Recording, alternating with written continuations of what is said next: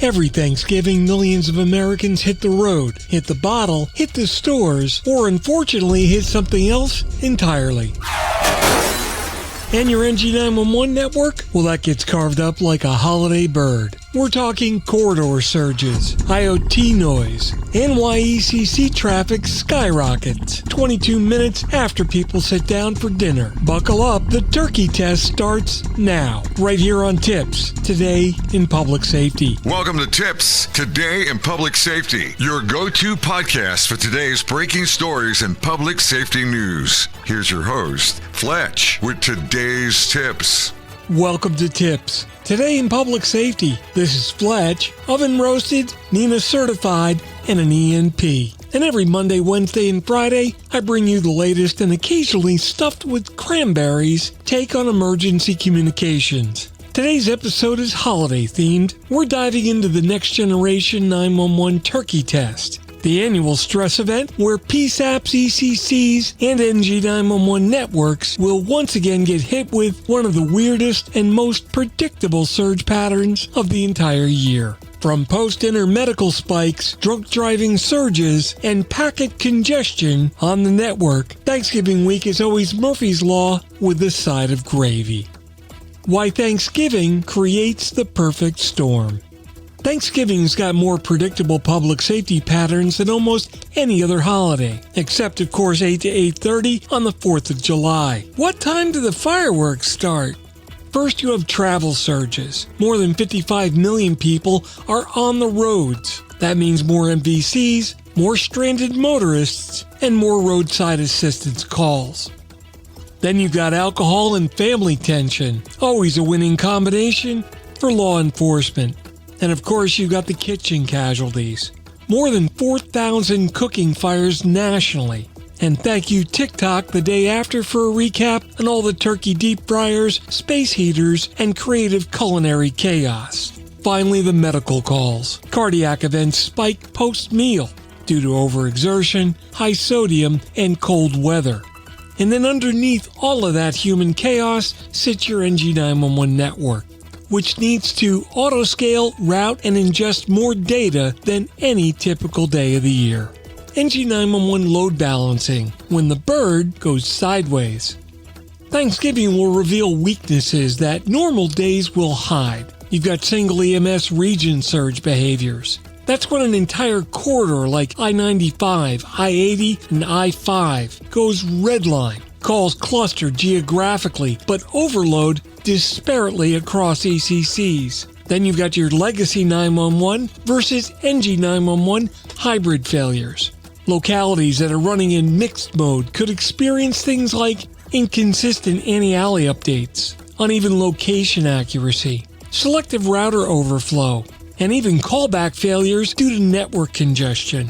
Thanksgiving exposes all of it as networks as well as stomachs become bloated. The frozen turkey effect, not the food, but the video.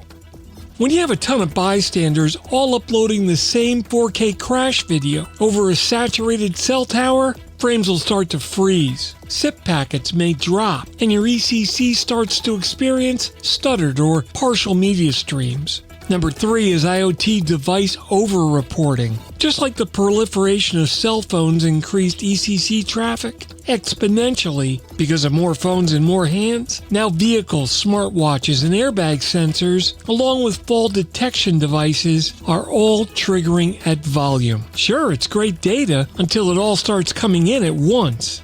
Location, the most fragile point during a holiday surge. Holiday mobility defeats lazy or outdated location logic. First, you have the EPC logic, that's the brains of an LTE and 5G tower, may slow down on high-density towers. If devices haven't locally refreshed, they can provide a stale Z-axis, which could confuse call takers. And the crowded RF environment could create delays in RTT and OTDOA. Those are the legacy methods of time delivery used to measure location from a cell tower. So accuracy could go out the window. And then you've got high-speed highway motion, which can challenge dispatchable accuracy. So in a lot of ways, Thanksgiving will expose every shortcoming in the location infrastructure. ECC workloads that break under holiday load.